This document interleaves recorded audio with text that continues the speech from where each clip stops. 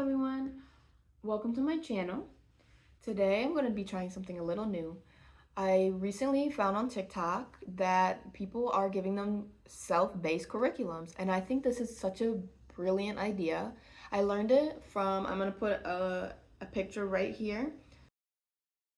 Her name is Classically Claire, and I'm also going to link below her TikTok so you can find her. She opened me up to a curriculum-based reading. And like she said, I want to be disgustingly well read. I want to be more intentional with what I do. I want to broaden my reading. I want to give myself more creativity for my writing, building my vocabulary, building other, things such as, like, I have a bunch of notes right here, like world building, literature, what makes good literature, lore, adventures, just everything, like dialogue. There's lots of things that you need to learn when you're a writer. Obviously, a search engine will help, but reading, I think, is the best way to learn how to do these things. Especially if you go off of your favorite authors. See what makes them your favorite author. What are they writing that makes you so endorsed into it that you just want to keep reading? I haven't yet decided how long I want these curriculums to be. So I know some people may do semesterly, quarterly, monthly, weekly. For now, I have written on mine, it just says September week 4 curriculum. But it's honestly because of what I picked for my course, it might go all the way well into October because it fits the theme we want. So my theme is Gothic, right? So my objective is to better understand Gothic fiction. I want to annotate. I want to really get into depth. My main focus is understanding what makes Gothic, what makes the atmosphere, how to build that fear through imagery in your own brain for others. For instance, like TV. TV is, I feel like, a little bit better when it comes to being, at least in my opinion. I haven't gotten too much into horror or Gothic yet. So my thing is, when you watch TV, you're seeing it, so your brain's like, oh my gosh. But when you're reading it, that's one reason I want to get into Gothic. How is reading giving imagery into my brain? That scares me. I want to know how you write a story like that will really put that person into a fear. Give the power behind your words.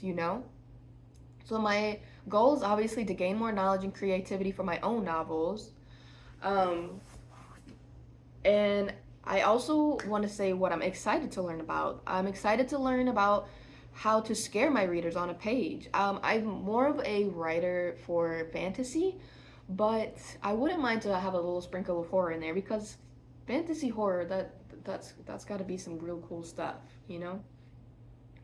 I want to know how to create a Gothic scene. So I'm going to be annotating a lot. I will be taking you guys on this journey. I have quite a few books that I put on here, but like I have told you before on my channel is not who can read the fastest. How many books can I read? I read to enjoy. I put a good amount of things on here, and I might actually add more of it later. I might not read all of them, but there are some that I know I will read because I own them. The other ones I'm probably going to read either on Libby or go to the library and try to find some. So let's show you those books. I have showed you some of these already. Actually, I think I've showed you all of them, but now we're getting down to why I want to read them. So Nothing But Blackened Teeth. This, for one, very interests me because it is literally just a novella. This book only has 140 pages, and I want to know, like, the novellas to me are very intriguing because how do you scare someone in such a small amount of time? Like, because for me, I feel like I need to really be in depth into a book. Like a book this size, right? I need a book this size, I feel like, to scare me.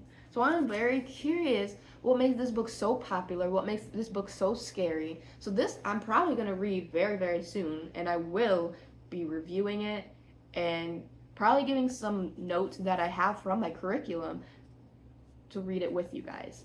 Another one which I just showed you, One Dark Window. This one is also very popular. I know it's a duology, so I'm very excited. I'll probably buy the next book soon after I read this one probably.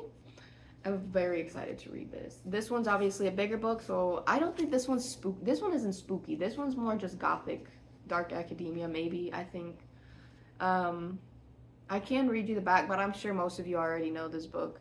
Most of you have read this book. It's been TikTok famous for a while. I'm behind, but like I said, I have a very busy life, so. And another one I have, The September House. I have showed you guys this one. This one is a horror. I believe it's a ghost horror because I really want to get into a ghost horror. This one will also be read very, very soon. And I will be reviewing this one as well. Now, books that I did not put on here, I will try putting pictures up here. I have What Moves the Dead. That one sounds intriguing to me. It's also a novella, something that I want to get into. Mexican Gothic. Mexican Gothic is more of a regular novella. That one is really popular. I'm hoping I can find that one in my library because they only have the audios on my Libby. And I don't know, maybe it's fine to read it as an audio, but sometimes I have a hard time like listening to books rather than reading them. So we'll see. Now, this part I probably won't discuss with you guys. I might discuss it a little bit in my notes, but I'm going to do more than just read Gothic novels. I want to read more than watch TV and like movies that deal with Gothic novel, but I think to really get into it, it's better to do both for me personally.